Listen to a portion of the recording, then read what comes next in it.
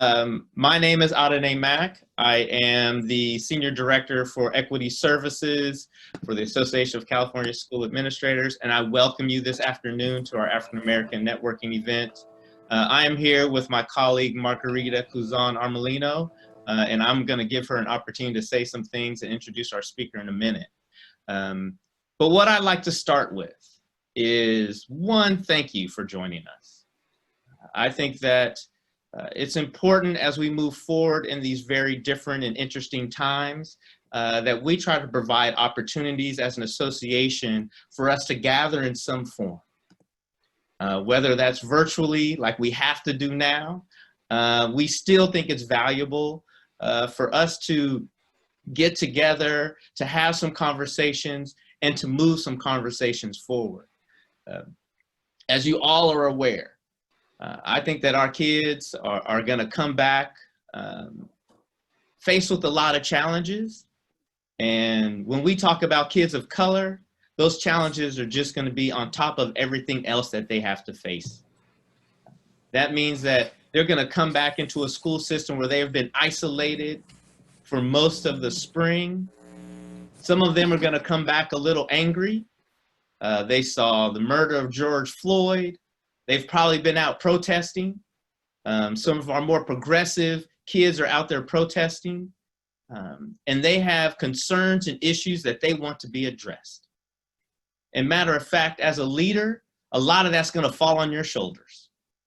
That you're going to have to lead these conversations about racism, about inequities.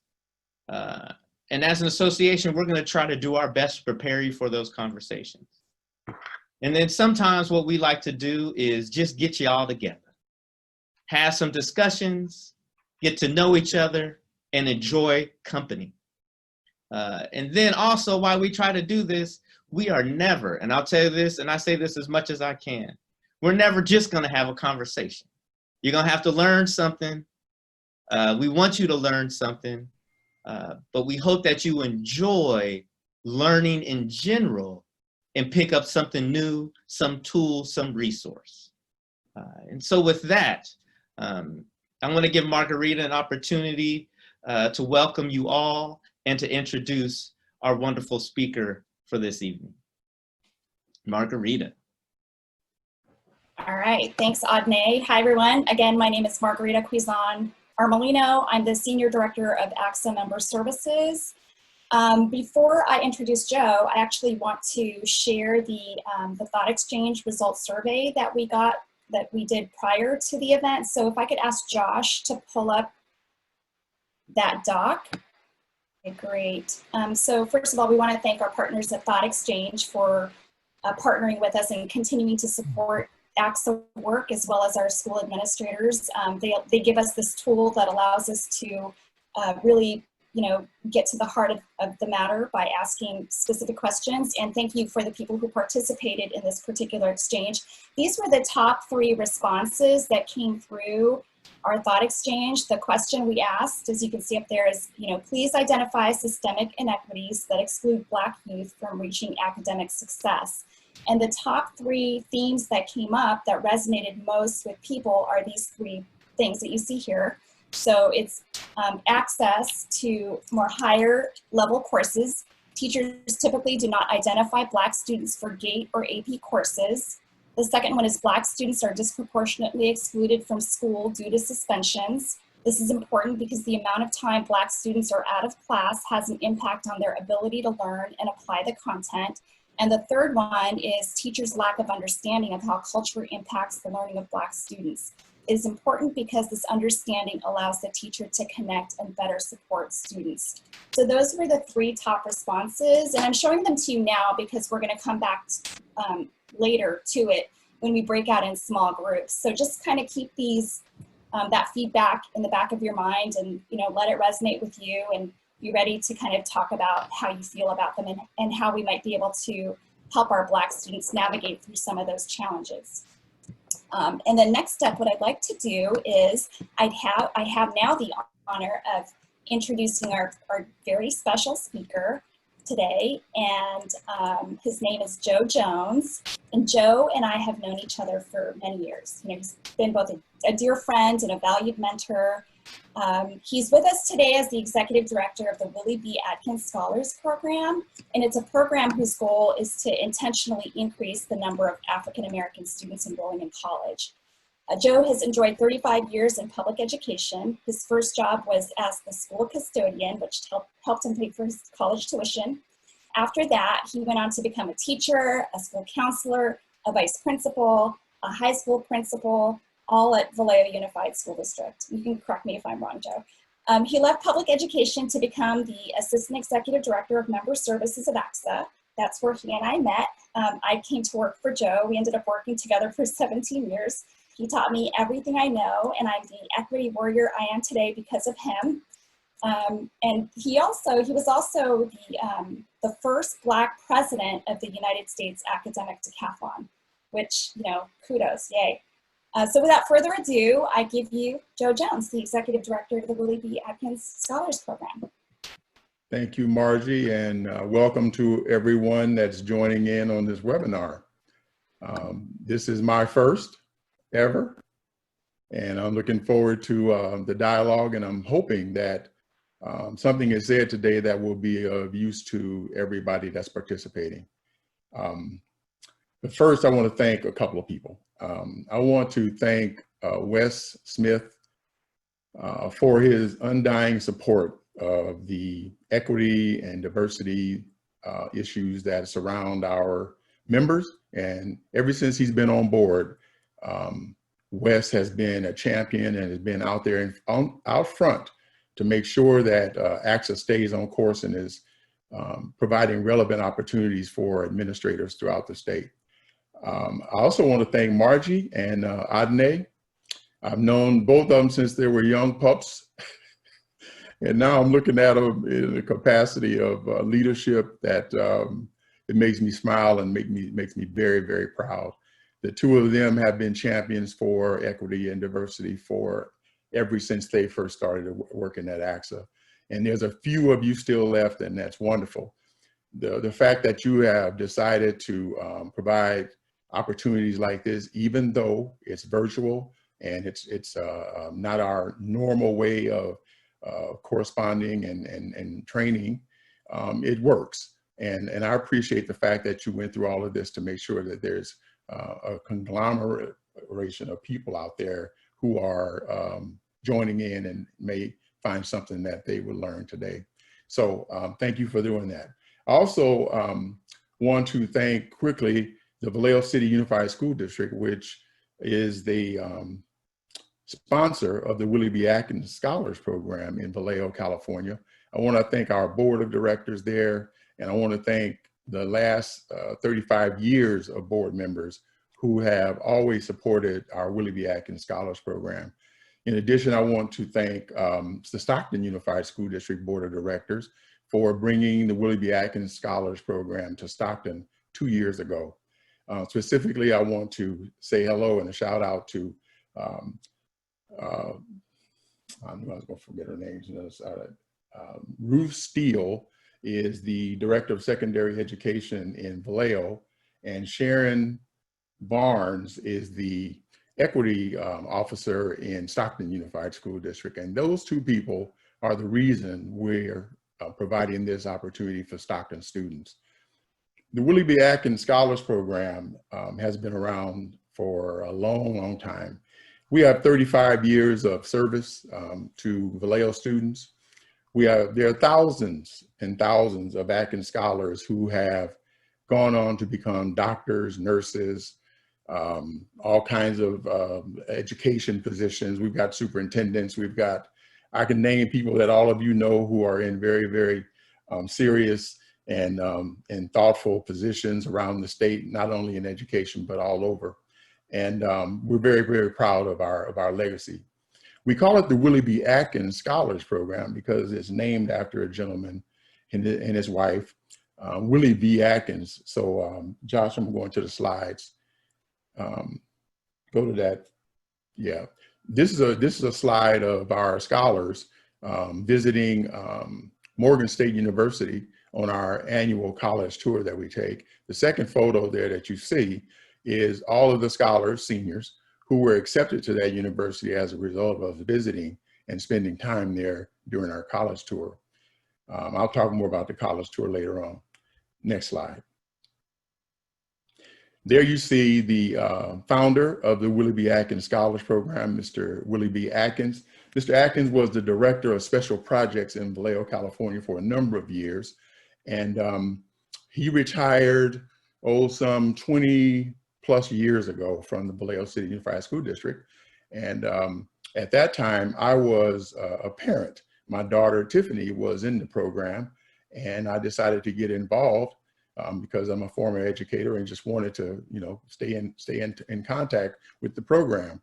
And the parent organization asked me, would I be willing to step up and become the director? And I've been the executive director there for almost 20 plus years now. I love it. It's the joy of my life, watching and helping young people become adults and realize their realities and their dreams.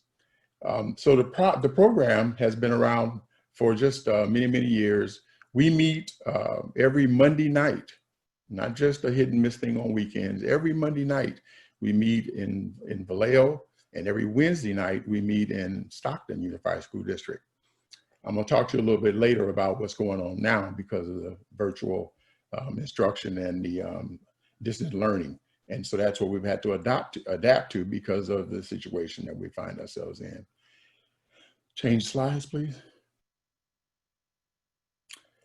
Program objectives are to increase the number of African-American high schools who enroll in college. Enroll in college courses. A lot of our students not only are are waiting to enroll in college when they graduate from high school, but many of our school students, and now a new program that we're putting in place this year, we are in partnership with Solano Community College so that all of our seniors will be taking classes, at least 2 classes, first semester and second semester at Solano Community College, absolutely free. Books, everything is paid for our seniors to take, to get a head start on going to college. We're not just talking about it, we're going to be about it, and they're going to be about it. If you say you want to join this program, then you must sign up to be, for your admissions at the Solano Community College. We're going to assist students in understanding and establishing superior work ethic. We're going to expose our students to successful college experiences by taking college tours. I mentioned the out-of-state college tour. We do in-state college tours as well. And then help our students understand the pride of our culture and making sure that they know from whence they come and whose shoulders they're standing on. And we spend a lot of time doing that. Next slide. We call it the Adkins A to H curriculum, core curriculum, and that is study skills. We spend a lot of time, and one of our components is very important, having our students understand how to study. It's not a natural thing that they just come with. And so we spend time with them every Monday night and Wednesday night, making sure that they understand. We provide tutorial and academic planning. In other words, we don't just rely on the counselors who are very, very busy with a caseload of 500 students. We make sure that our scholars are taking the right courses, on track to graduate and or on track to go to college. We teach them and make sure that they understand the college requirements out there for the University of California system, for the state college system, as well as the community college system. The community college system is something that we believe is a real advantage for our kids to really be involved there. It costs them little or nothing, and it's a wonderful academic start into their college career. And why not start it while you're still in high school? We do college tours, as I mentioned already. The SAT, ACT preparation has been a long-term staple in our program.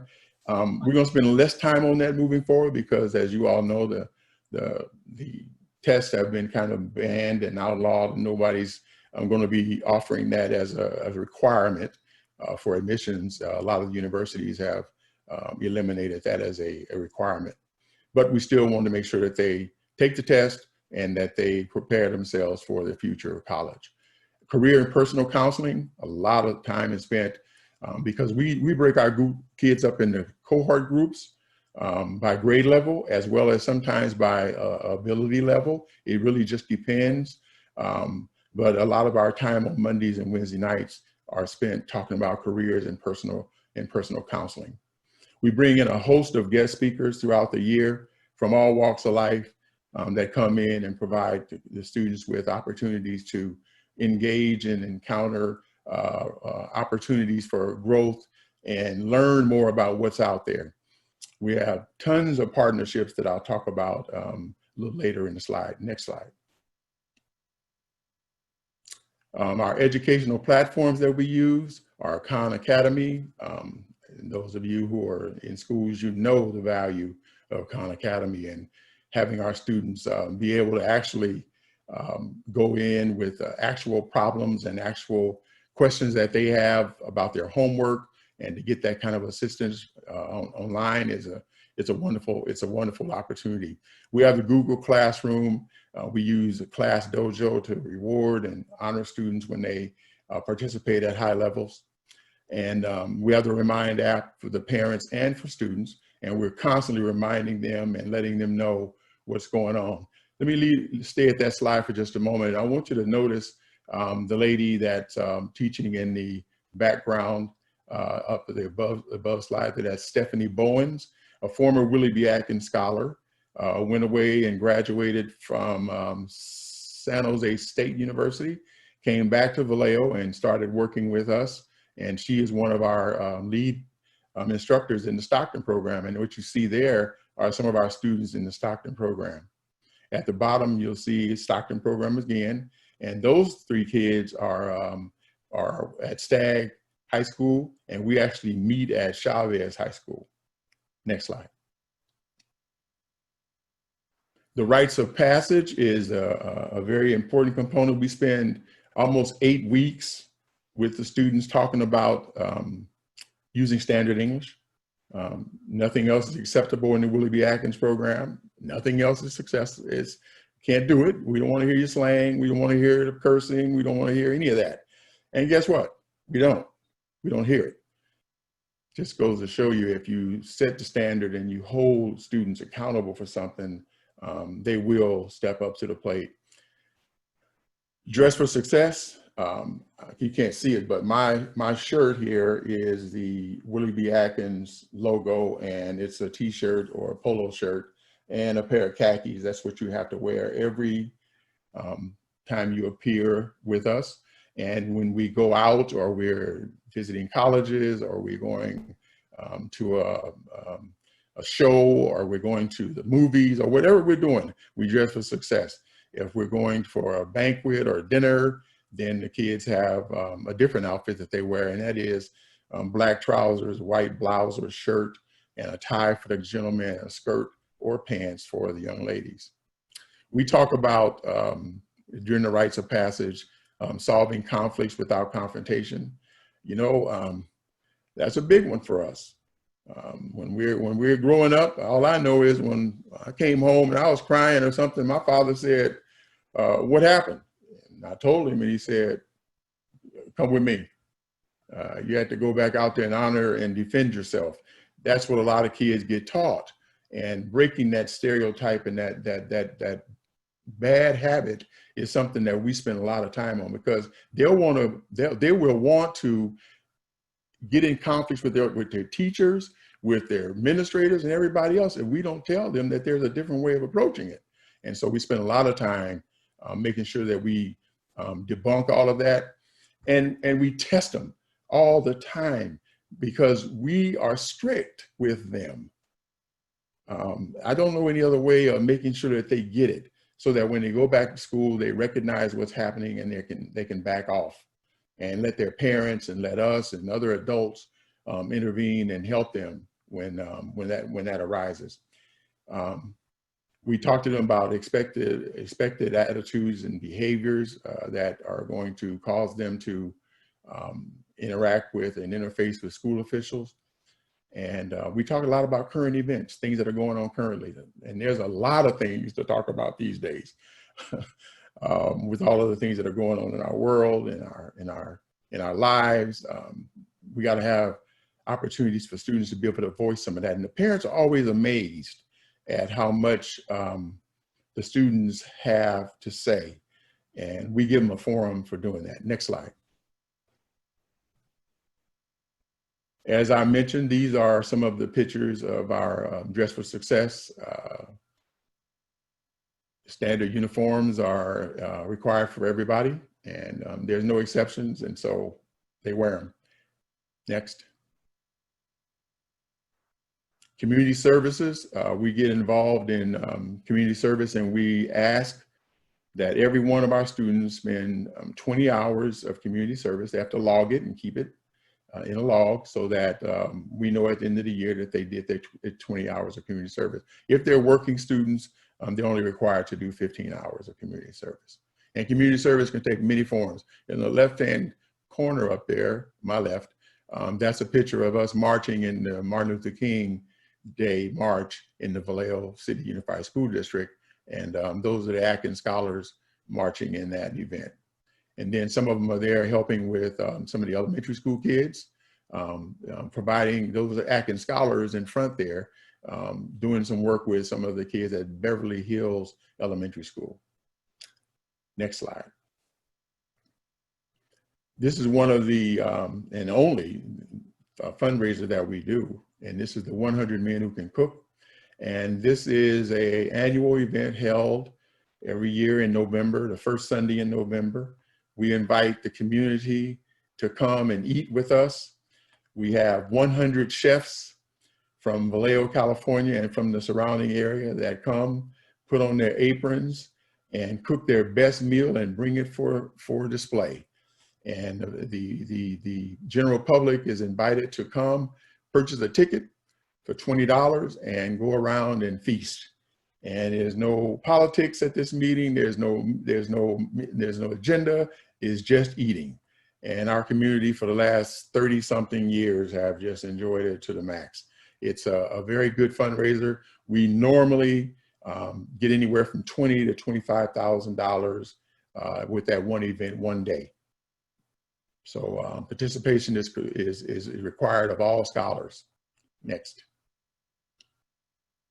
This is our conversation about our out-of-state HBCU tour. It's about a $4,000 expenditure per student, but we only require our students to pay $500. We provide the opportunity for airfare, for buses, for ground transportation, for if we take trolleys, if we take the MARTA in Atlanta, whatever it is, we pay for all of that. The student, if they sold more than 20 tickets for the 100 men, they could actually erase that $500.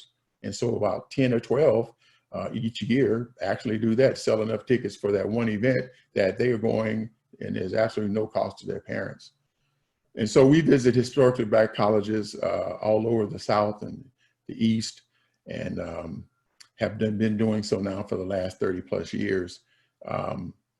When we arrive back, most of our seniors have somewhere in the neighborhood of 14 letters of admission or letters of they've been accepted to colleges and universities. And so when we get there, it's not a visit for the college, that's all. What we're doing is handling our business.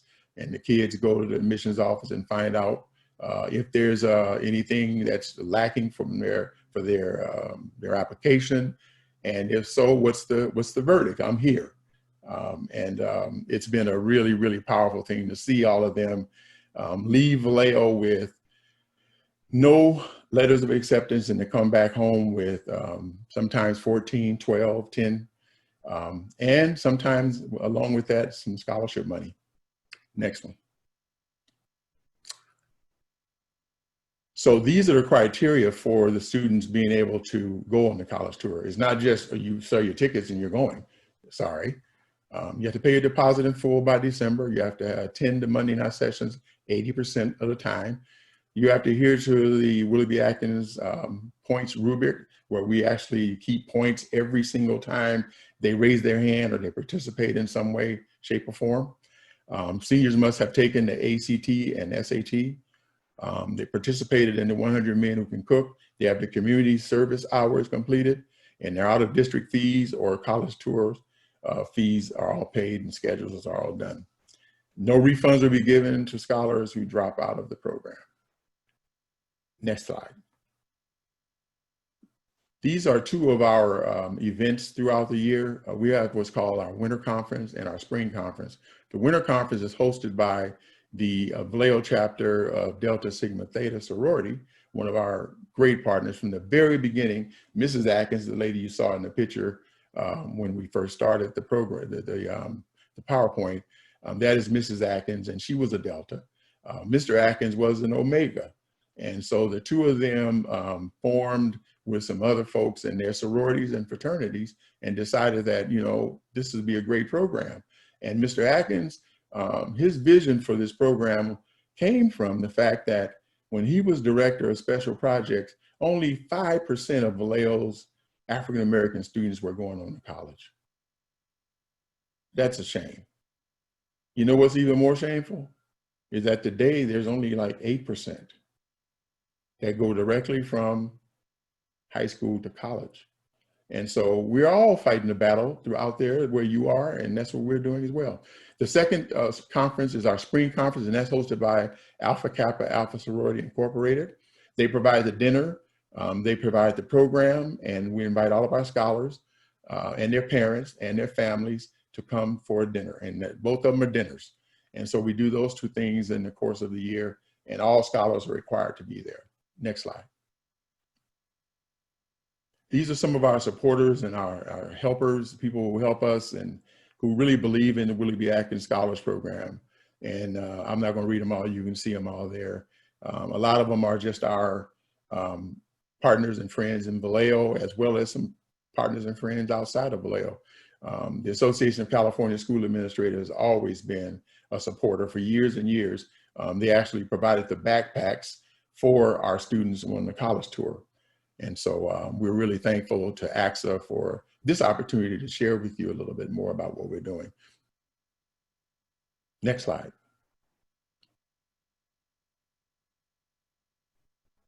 I guess we're out of slides. I will take this opportunity to say thank you again to Margie and Adne, but also I want to give you some contact information, those of you who are out there. If you want to contact me about the Willie B Atkins Scholars Program, just go to williebatkins.com, and our website is full of information that I've already shared with you some, but there's a lot more there, as well as my direct phone number, 916-217-2272. That's my ACSA phone number.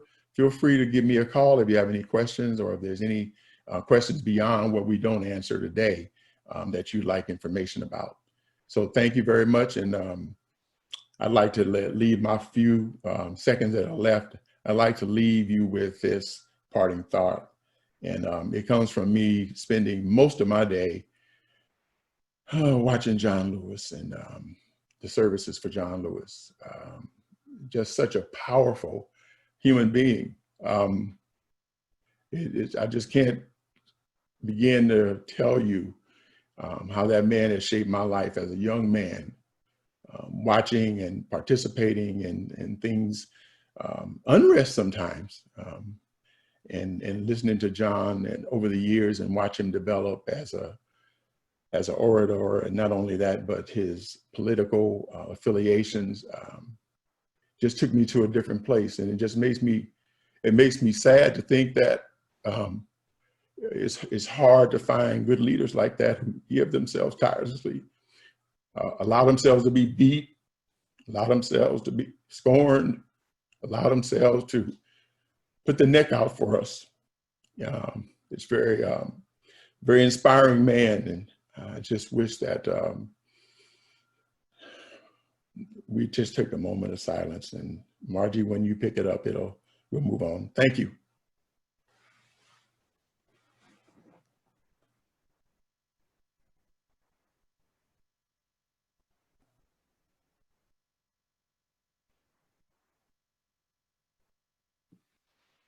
All right, thank you, Joe, for those warm parting thoughts. We know that you guys just got bombarded with a lot of information about the Willie B Atkins program, and you probably have some questions for Joe. So I'm going to give you guys a minute to just kind of think about what you might want to ask him right now before we break out into small groups. And then while we're doing that, I'm going to ask Josh to put up our Angela Brantley Why ACSA video, because this is an ACSA membership networking event. And so I would be remiss if I didn't remind you guys what the value of ACSA was. So Josh, if you don't mind showing Angela's 60-second video, that would be great.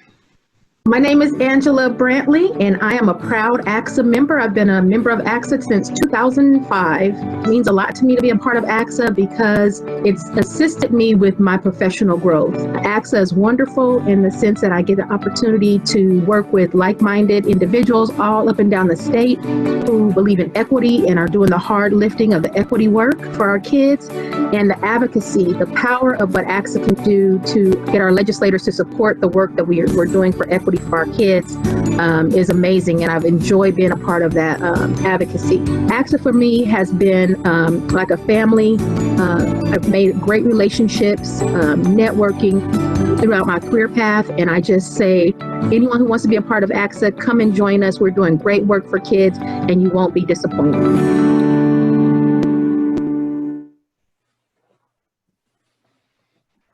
Bravo, bravo, Angela.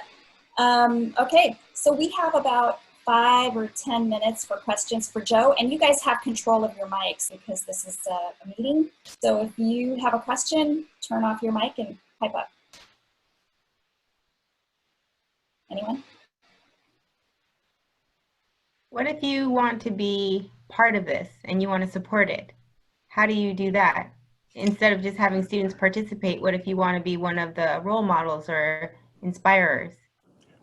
We'd love to hear from you. Go to our website, williebeatkins.com, and we have many ways for volunteers to get involved, and just let us know, and we definitely will get back in contact with you. Through our website, we have opportunities for you to go ahead and tell us what you think and what you would like to do, and we get back to you. Absolutely. Yes, this is Willie Mills. I just want to compliment Joe Jones on his excellent presentation. And I also don't have a question for him, but I have a comment about him. He was the first Black, the strongest Black man that I'd come across in terms of this education field. I had never met anybody as strong as this man. He was, you know, his whole demeanor has served as a model for me. He was the first one I heard, talk a whole lot of stuff to people, but he was a model. So I want to compliment him for showing me some stuff that I've learned from him, Thank you, Willie. You're welcome, Joe. Any other questions? Hey, Joe, can you talk a little bit about the partnership between Vallejo and Stockton that you have for the program? The partnership with Vallejo is longstanding. We've been a partner with Vallejo since Mr. Atkins started the program. And that partnership consists of the district providing some funding for us. We have 10 paid staff who receive stipends of varying amounts. And the district pays for our program to exist through the LCAP funding that's more recent. But before that, even Vallejo was still paying for the program, and that take care of our materials. It takes for any subscriptions. We pay for all of our students to take the SAT or ACT. We pay for buses, for transportation. Sometimes we give stipends to speakers and presenters, and all of that money and those funds come from the Vallejo City Unified School District. And in addition, we do our own little fundraising as well, as I mentioned earlier, but that's specifically for the college tour. But we have a wonderful partnership with Vallejo and Stockton Unified School District. In Stockton, most recently, we've only been there 2 years, but Stockton has actually written a grant to fund us for a 3-year grant. And that's thanks to Sharon Barnes, the equity director down in at Stockton Unified School District. So that's how we're funded. Thank you. Thank you, Adne. I just wanted Any to other add questions? Oh, Yeah, Sharon. Sharon right there. Hi, good evening, afternoon, everyone. Hi, I just want to add, if I might, I'm just so thankful for Mr. Jones. He's amazing. I think if anyone knows him knows that. His leadership has been so awesome in Stockton. His entire team, they drive from Vallejo and come out every Wednesday to Stockton. They work with our young people. They were in the program, so the mentors that are in the program were in the program as Willie B Atkins Scholars previously. But I just want to say, it's a family. It's not just people think about a program the kids go to, but the team, the Willie B Atkins team, they support our students pretty much 24/7. They work with the family, with the parents. If they have issues that are happening in their personal life, they're there for them. They provide the academic support, helping them to get into college. So it's an amazing program. We're really excited to have it in Stockton. We're still growing the program. We're starting out a little slow and wanting to each year kind of expand. So it's just been amazing. I recommend anyone that wants to get more information about it. And again, thank you, Mr. Jones and your team, for all the work you do with our students in Stockton. Really Thank you. appreciate it. Thank you. Thank you, Sharon. Any other comments or questions? Okay, if not, I'm going to ask our 4 small group leads to introduce themselves. And I'll just start by the people that I see first. So Kim, you want to introduce yourself? Yes. Hello, everyone. Great to be here. I am Kim Hendricks Brown. I am currently in Fresno Unified as a principal on special assignment, and I am Region 9 Vice President and Fresno Consolidated President. Thank you, Kim. All right, and our next small group discussion leader is Sandra Lowry. Sandra. Hi, everyone. Nice to be on the call with all of you today. I am the new superintendent of the Old Adobe Union School District. This is my 4th day. So it's already been an amazing ride in 4 days. Happy to be here. I was split between, I was originally a member in Region 3, and then I was in Region 7 and Region 3 because I didn't want to leave Region 3. And I'm not really sure what region I'm in, but I had my assistant transferring my ACSA membership today. So I'll let you guys know next time what region I'm in. Really happy to be here and happy to be a part of the discussion and excited about the breakouts. Thank you so much. Thank you, Sandra. And our last lead is Angela.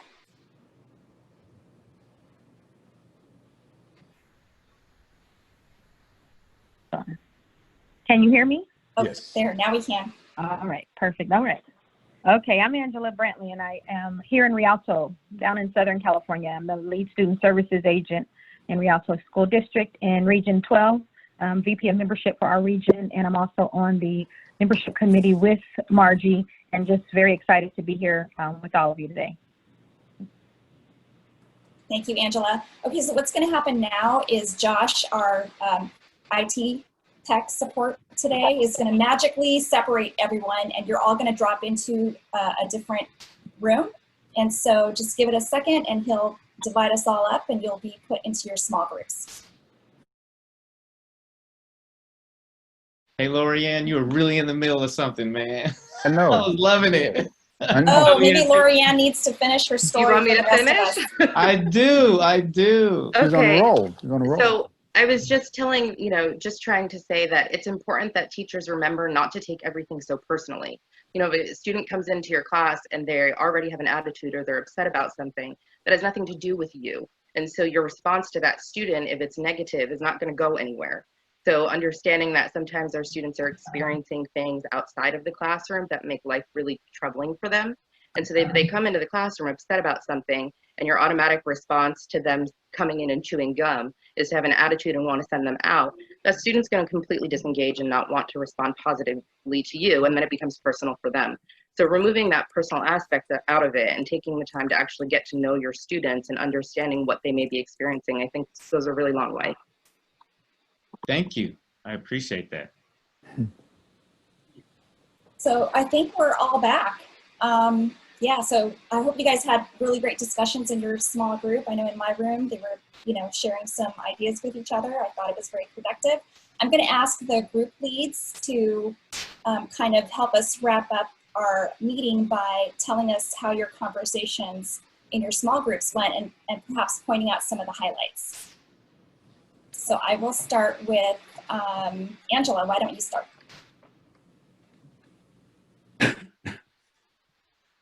Phone off mute. You're on mute. You're still on mute. Can you hear me now? Yep. Okay, I said my phone is gonna die, and you guys know that I'm on my phone instead of the computer, so I'm gonna speak quickly. I enjoyed the time with my group. So with the first piece, we talked about the LCAP and the continuity plans that we're all working to develop that's now given with distance learning. And some of the ideas that came, one of the pieces was, what do you specifically have in your LCAP to support African-American students or Black students?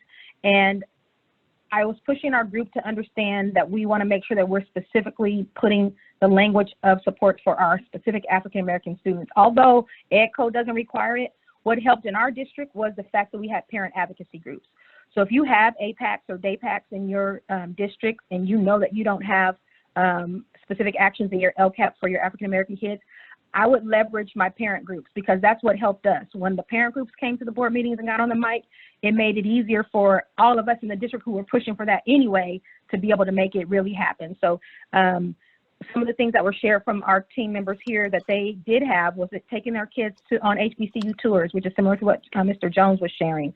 College and career readiness, being very specific about the strategies to give them access for SEL supports and more rigorous classes. So writing those kind of actions specifically for our African-American students into the LCAP. And then for the other section, the other question that we were charged with talking about, I really appreciated the information from Armin up in San Francisco. And he talked about how his district dismantled the honors and GATE programs from 5th through 8th grade.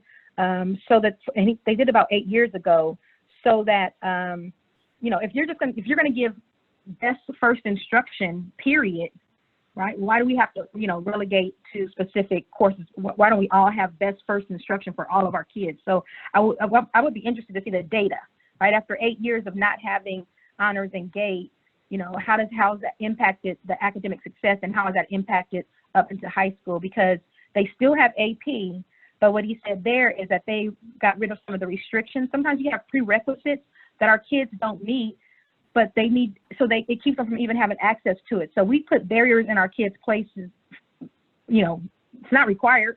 We just put them there because we want to.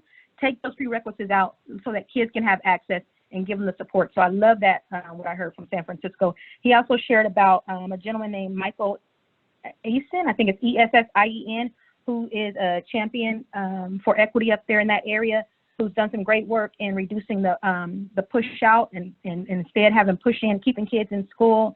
And then Fermin, who's down here in our area down in San Bernardino, talked a lot about building relationships and engagement and that cultural piece. So I tried to hit all three of those top three things that we wanted to discuss: GATE and AP access, relational piece with the cultural piece, and then the suspension. So I talk really fast, I know when to turn it over, but I think I gave all the highlights of our group. If I missed anything, somebody can speak up. No, you did a great job. Thanks, Angela. All right, I'm going to go to Sanjia. What happened in your room? Loved our group discussion. We talked so much we didn't get to fully really talk through question number 2. So we wanted more time and hoping that we can have more events like this. So I want to just give that little plug first. A couple of items that the group spoke about in terms of, you know, utilizing the LCAP to support African-American student achievement. There was some discussion about parent support, empowerment, and advocacy, just the same as in the other group.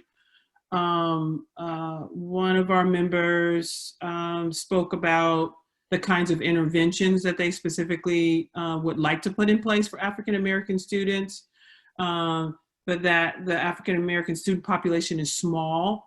That led us to a discussion where we had a challenge in the group, right?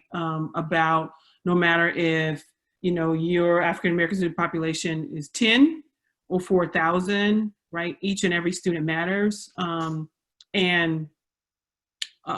know, our kids are being left behind and being underserved. And so we have to have specific actions for every single child. You know, the last thing I wanted to add is that Derek in our group, Mr. Jackson, really was sharing that we really have to look at our teachers and ensuring that they have content knowledge and they are being culturally responsive, you know, being warm to manners in the classroom. I'm paraphrasing what he was sharing, but he was really speaking about instruction. And it's my sole wholehearted belief that justice is in the details of teaching and learning. And Dr. Maya Angelou says that when you know better, you do better. So how do we support, you know, and build up teachers in a way that they're bringing it every day, right? The passion and the content knowledge, so that we aren't leaving kids behind, so that every time a teacher is with kids, there are no kids that don't have access. Every single kid has access and opportunity. And it's when they don't that we get into trouble, right? We know the reasons why our kids aren't having opportunity and access. It's because of the bias. It's because of race, right? All of the social injustice stems from institutionalized racism. That just walks into our classroom doors, right into those lessons that are taught each and every day inside of our classrooms. And so when we think about this idea that justice is in the details of teaching and learning, what is it that we really need to focus on? What is it we need to really be intentional about, right? Being intentional about teaching and learning, of course, is key, but also is how we examine bias and its role and work in teaching and learning, right? How we talk about race systematically in our systems. How we even attend to the language in the standards themselves is huge. And if there are districts out there that still don't have adopted aligned curriculum, shame on us, right? Because it's half the battle when we don't equip teachers with the tools to teach. So thanks. All right, thanks, Sanja. Joe, did you have to lead a room? You're on mute. Unmute. Okay. Can you hear me now? Yes, thank you. Okay. Joe didn't lead a room though. He was in the room. Oh, okay. Who led the fourth room? Oh, Adnay. Adnay. Kimberly ran the other one. Okay, cool. You want to go to Kimberly or me? Adnay first and then Kimberly. Okay. So in our group, I think that we had a good conversation about data, right? Like you can look at the data from any part of the state where the majority of Black students are, and you'll find some data that says they're not doing well. And so we had that discussion. We had a great example of down in LAUSD of how in one particular sub-district, they are going to require every school site to have a plan for how they're going to meet the achievement of Black students, as just one example. And then you heard from Lori Ann, right? That was the best part, right? Like she explained exactly what strategies we need to ensure that our students are successful, right? Developing that relationship, getting to know them, not taking it personal, and really developing a relationship with the students as a strategy to ensure that they're successful.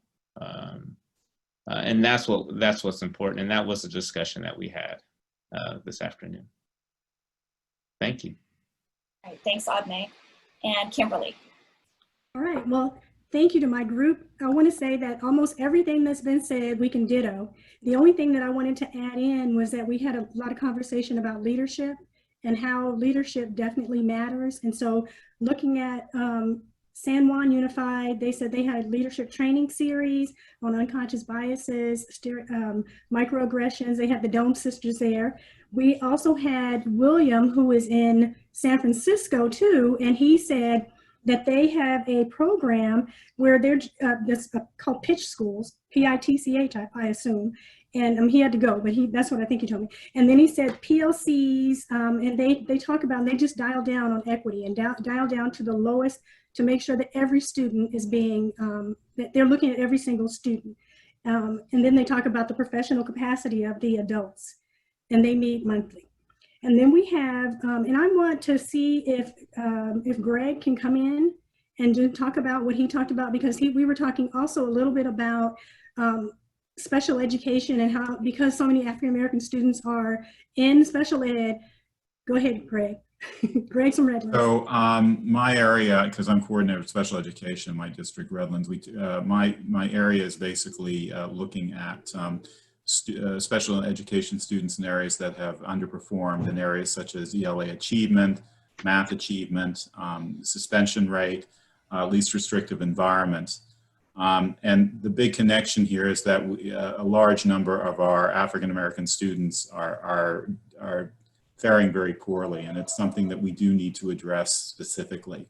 I like what Mrs. Margaret Hill said about the fact that if you tell kids they can't do it rather than they can do it, then they're never going to be successful. And I think that's the message that they have heard for so long.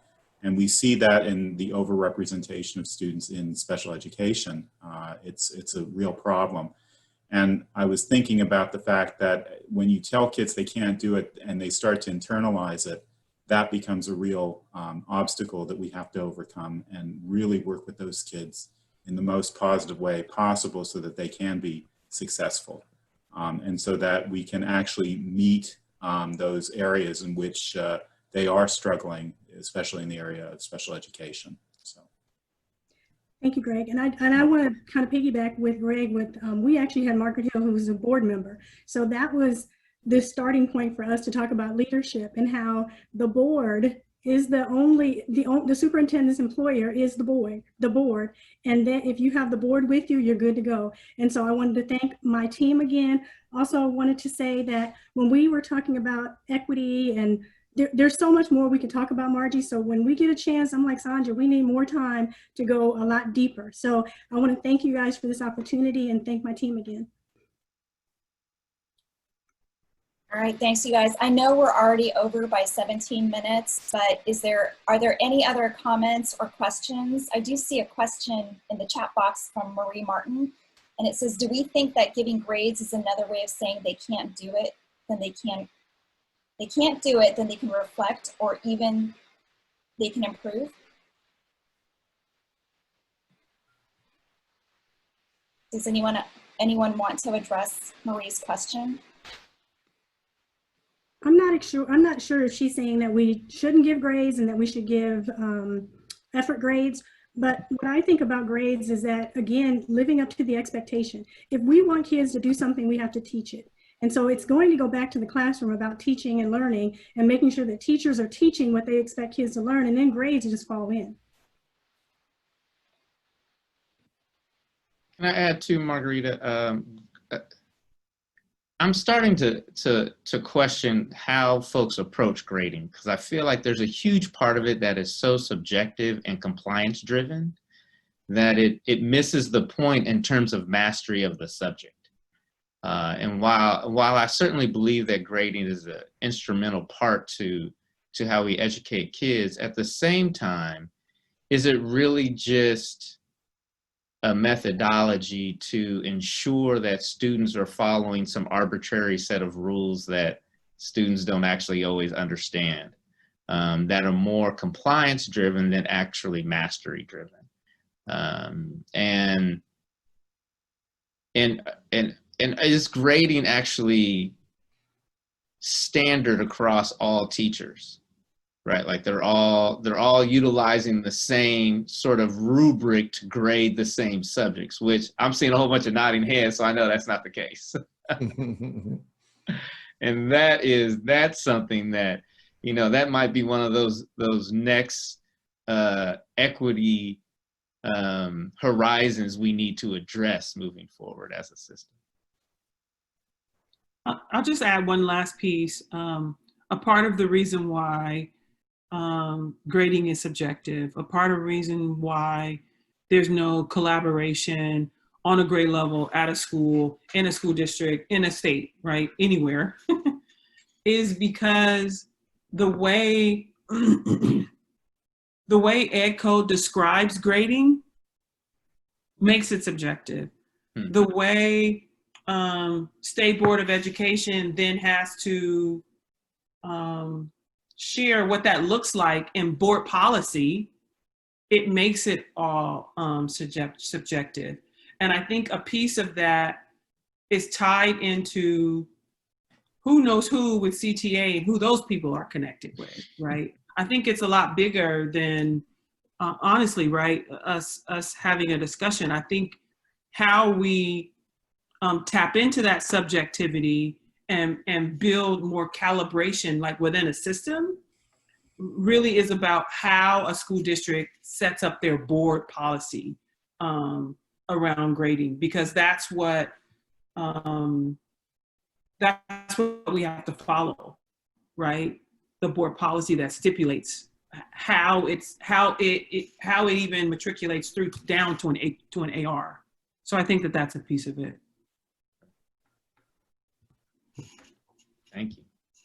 Yeah, thank you for your thoughtful comments there, you guys. All right, any other comments, questions, or last minute things that you guys might want to say before we adjourn? Yes, I just wanted to say that I would like and hope that all of you would take a close look at your LCAP plans and the funding that goes into the plans, and especially those supplemental concentration grant funds, and to not be afraid to address your problem. When you look at the data, your big problem has always been the African American subgroup. And so you have to put that subgroup into your plans, reliable plans that will start to change and resolve some of the educational issues that's pertaining to this group.